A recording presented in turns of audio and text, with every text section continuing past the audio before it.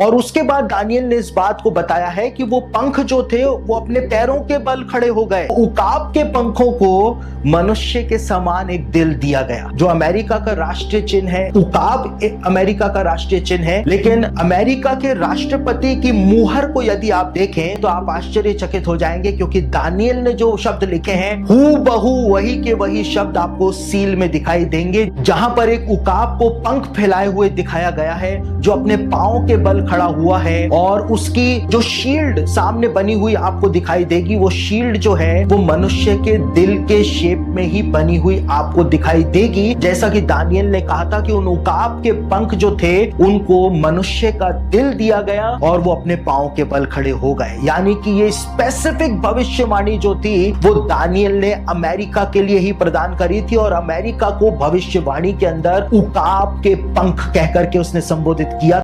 और यूहन्ना इस बात को कहता है कि यीशु मसीह वही यहूदा के गोत्र का सिंह जो है वो शेर की तरह चिल्लाया, शेर की तरह दहाड़ा, और जब उसने दहाड़ मारी तो गर्जन के 7 शब्द जो हैं वो सुनाई दिए। पूरे प्रकाशित वाक्य में 7 शब्द जो हैं वो पाए नहीं जाते हैं। सिर्फ 7 कलीसियाओं के नामों को छोड़ करके 7 शब्द पूरे प्रकाशित वाक्य में पाए नहीं जाते हैं। और यूहन्ना ने उन 7 शब्दों को जब सुना तो वो उन 7 कलीसियाओं के नामों को यीशु मसीह के गर्जन के से शब्द के द्वारा सुन रहा था।